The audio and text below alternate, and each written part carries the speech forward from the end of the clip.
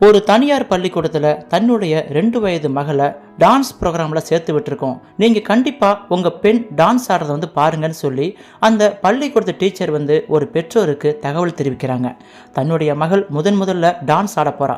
அவளுக்கு டான்ஸ்னாவே கொஞ்சம் கூச்ச சுபாவமாச்சே, அவள் எப்படி ஆட போகிறா, அந்த அழகை நான் பார்க்கணும்னு சொல்லி அந்த அம்மாவும் தன்னுடைய மகளோட நடனத்தை பார்க்குறதுக்கு அந்த பள்ளிக்கூடத்துக்கு ஆவலாக போகிறாங்க. வீட்டில் ஒரு பாட்டுக்கு டான்ஸ் ஆடுன்னு சொன்னாலே அவ்வளோ கூச்சப்படுற தன்னுடைய மகள் அத்தனை பேர் முன்னாடி கிட்டத்தட்ட ஆயிரக்கணக்கான மக்கள் கூடியிருப்பாங்க. அங்கே ஸ்டேஜில் தன்னுடைய மகள் எப்படி டான்ஸ் ஆட போகிறா, அந்த அழகை அந்த வெக்கத்தை நான் பார்க்கணுன்னு சொல்லி அந்த பெற்றோர் ஆசையாக அந்த பள்ளிக்கூடத்துக்கு போகிறாங்க.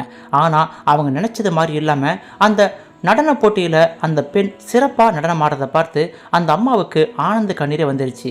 ஆனால் ஸ்டேஜுக்கு பக்கத்தில் அந்த டீச்சர் தன்னுடைய மகளின் கூச்சத்தை போக்க அவங்க செஞ்ச செயலை பார்த்து உண்மையாலுமே அந்த பெற்றோர் கண்ணீர் விட்டு கதறியிருக்காங்க.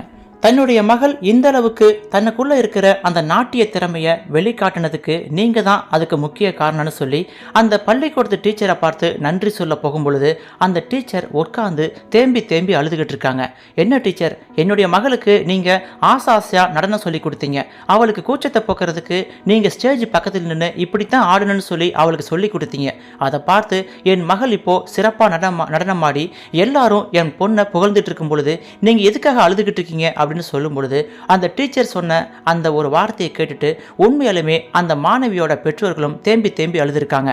நல்லா நடனம் சொல்லி கொடுத்த அந்த டீச்சர் எதுக்காக அழுகணும், அந்த டீச்சர் சொன்ன அந்த வார்த்தையை கேட்டு அந்த பெற்றோரும் எதுக்காக அழுகணும். உண்மையாலுமே இந்த சுவாரஸ்யமான சம்பவத்தை, இந்த கண்கலங்க வைக்கும் பதிவை நீங்கள் கடைசி வரைக்கும் கேட்டிங்கன்னா உங்கள் மனசும் ரொம்ப கலங்கி போகும். இந்த வீடியோவை கடைசி வரைக்கும் பார்க்கணும்னா கீழே கொடுக்கப்பட்டுள்ள லிங்கை கிளிக் பண்ணி முழுமையாக பாருங்கள்.